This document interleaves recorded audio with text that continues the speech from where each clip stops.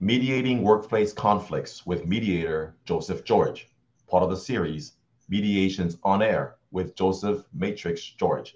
That is our topic for today.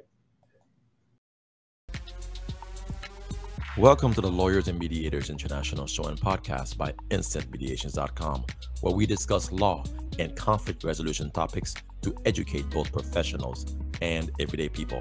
Catch regular episodes on YouTube, the Instant Mediations app, and anywhere you get your podcasts.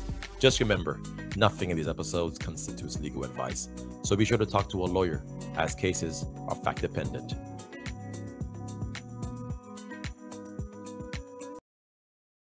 Hi, everyone. This is Mac Pierre-Louis, attorney, mediator, and arbitrator, working throughout Florida and Texas.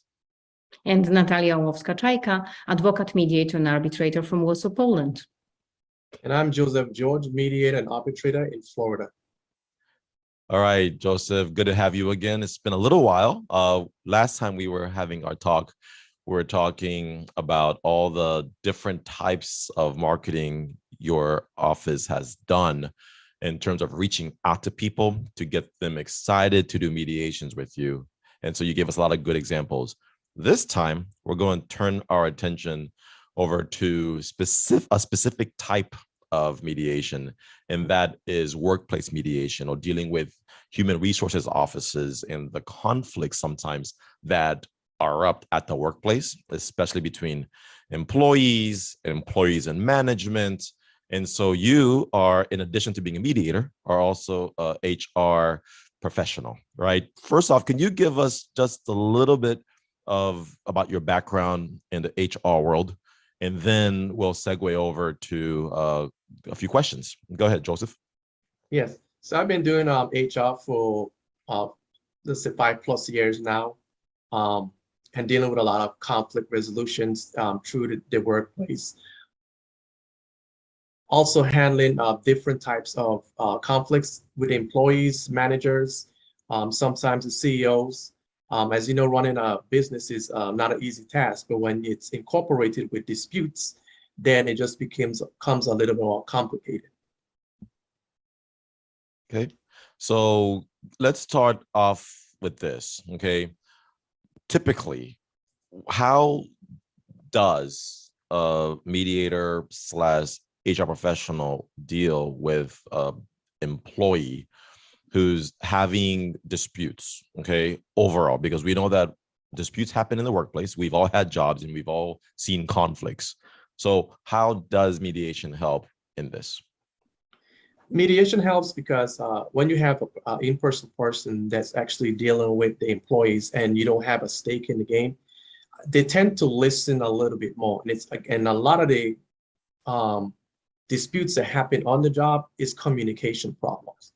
Everybody have their own insight on how things should happen, or how something should be done on the job. Or sometimes it's always to be where one person feels that their point of view is a little bit more than the other person, or they have more experience. And they don't take the other person's into consideration, their knowledge into consideration. So they always try to prove their viewpoint. So mediation comes into play where we come in, we listen to both sides, and we say, okay, I hear your side, I hear his side. Now, this is my point of view of how I see this dispute. It's more than one way to do something. And I've listened to this person saying, okay, he don't like this manager for whatever reason, the management style. So because of that, the other person says, well, I like the management style. And they kind of vote back and forth over that. And I'm like, just take the manager out of the equation. Let's look at the solution. So sometimes you have to get right down to the meat and potatoes about the situation and show them a better way to resolve it amongst themselves. And then when we already know that you are creating a friendly environment for resolving disputes and for people to be heard, I understand that can also, in a way, how I see it now, can be a good tool in management. Because, for example, you can handle issues that are creating conflicts on the basis of someone being, let us put it in inverted commas, a bad employee.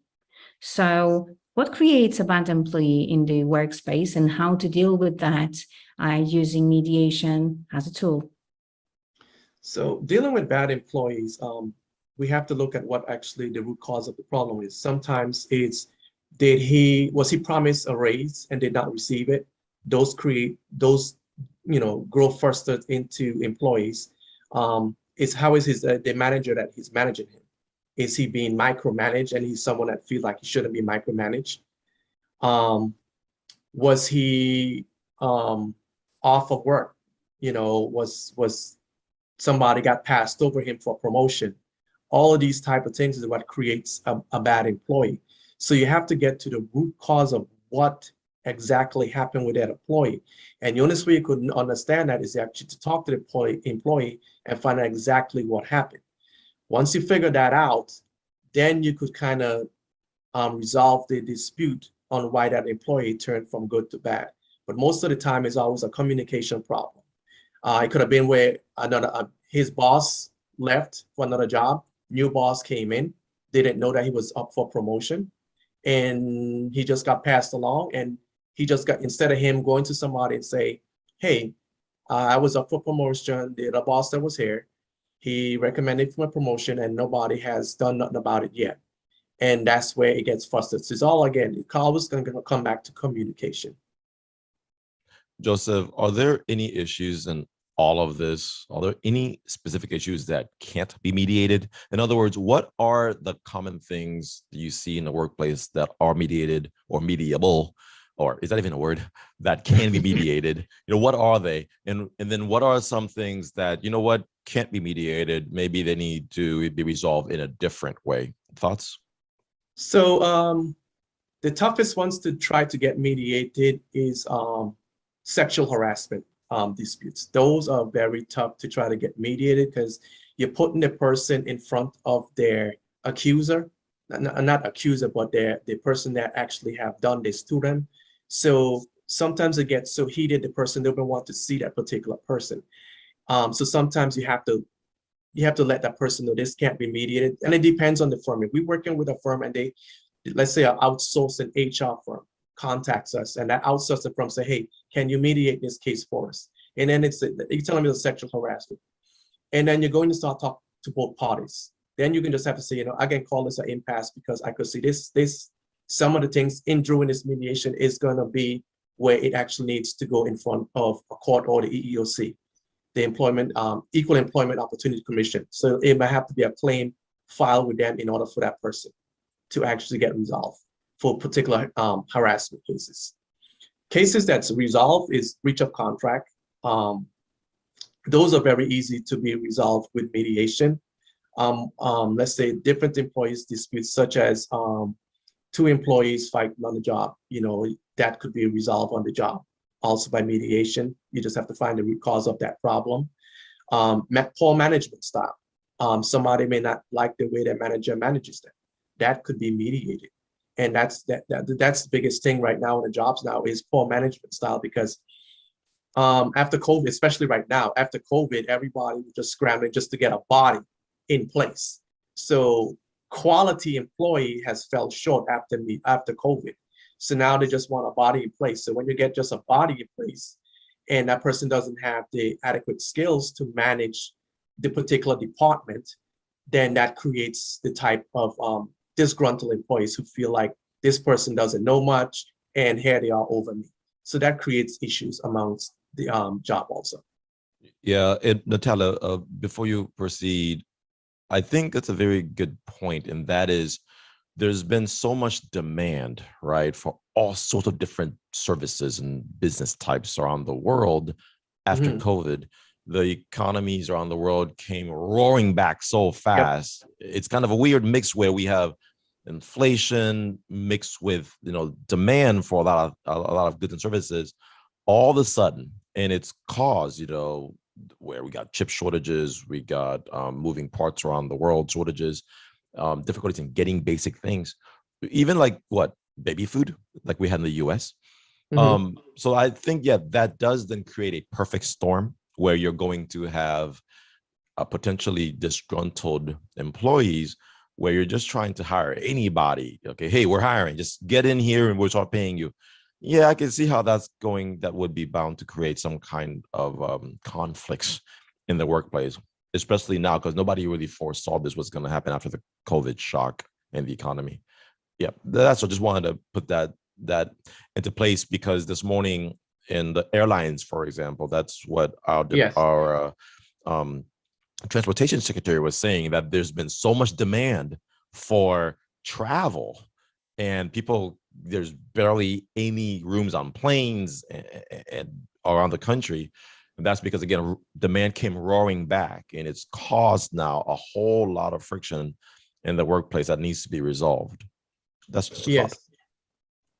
And back to questions to you, Joseph. I wanted to, because I touched upon the point of view of an employer, that it can be very helpful clearing the air in the work environment. Tell me, however, is mediation or this sort of resolution of disputes in the workplace also a good tool for employees? And if yes, can it be a tool to handle a bad boss? Yes, and you have to encourage employees to between two employees, you have to encourage them to get involved in their dispute and actually find ways to resolve it without, if everybody's screaming, nobody's listening. So you have to get them where they actually could calm down, and somebody has to stop, and then the other person has to conversate, and the other person has to listen. So once you train employees with active listening skills, then they could solve their own disputes on their own. And that's where HR has to get involved, and HR departments have to have an open door policy. They have to have training programs in place so employees can actually resolve their disputes, because a lot of management, there was a statistic out there where they said 25% of a manager's job is resolving conflict. So that means that's another 25% work of the manager is not getting done. But that's the nature of employment. You're always going to have conflicts, so you have difference of opinion that's always going to affect. But training employees to resolve their own conflicts and having the proper ADR program in place where employees and HR departments can train them on how to do these type of things on the job, then they could resolve their disputes on their own without their managers getting involved. But again, it has to come where you have a ADR program in place within the HR department. Because HR department, a lot of people think that as just sit there and they wait to just fire people. But HR department it's a little bit more. It's a balancing act where it's the onboarding, which is recruiting employees, make sure they get the proper policies and procedures in place and understand the company culture. It's about making sure that if there's an employee get injured on the job, make sure the workman's comp paperwork is documented properly and the injury is documented. Then there's the other part of managing all departments and making sure managers are also trained, not just the employees on the lower level, but the C-level management has to be trained also.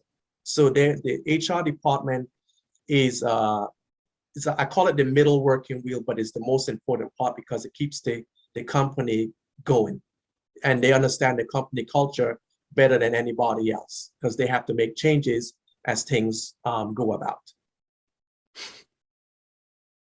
So, Joseph, what about in instances where a company is bought out by another company?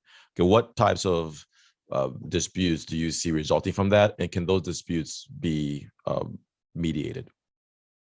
So when companies are bought out or there's a merger of another company, it's all about the HR department then, because HR have to create that new company culture from the new company. So they have to transfer that over, and then they have to train the new staff that this is this new company culture. So we call that actually change management. So once the HR professional understands change management, then they get chance to roll that out through the entire company. But they have to monitor the change management too. You just can't come open with a change management and then you don't monitor. You have to do a lot of talk with the employees on the ground, find out what changes is affecting them, what can be tweaked to make them feel better at the job. Is it wages? Is there a certain company policy that 90% of the staff don't like and feel that that's affecting them. Benefits is a big, when employees get disgruntled, benefits is usually one of the biggest things. The other company, the older company, what I was working for, could have had the awesome benefits. New company could have come in, and now the benefits shrink, like such as they could have had 7 paid days on the books, and then the company come and say, no, you're only going to have 2. So then you create this animosity amongst the employees where now they don't feel like they're appreciated. And the greatest asset to any company is the employees. There's no company in the world can function without employees, not even with robots, because it's still going to need somebody to operate that robot. So when it comes to, again, when it comes to mergers and acquisition companies being bought out, it's about benefits and understanding new company culture. And thank you so much for that. I think that our resolving conflicts in the workplace using mediation is a fascinating topic that needs to be expanded upon further.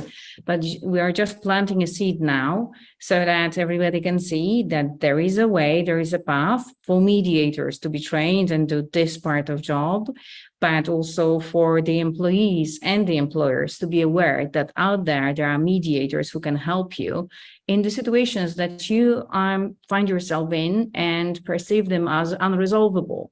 If there is a third party neutral that is able to talk to both parties, make them listen one to another, that can really be the way forward and something that can really help everybody who is there. So that will be all from us today for now, and let's see you next time for the next episode. All right. Thank you. Thanks so much, everybody. We'll talk to you soon. Take care. Thank you so much.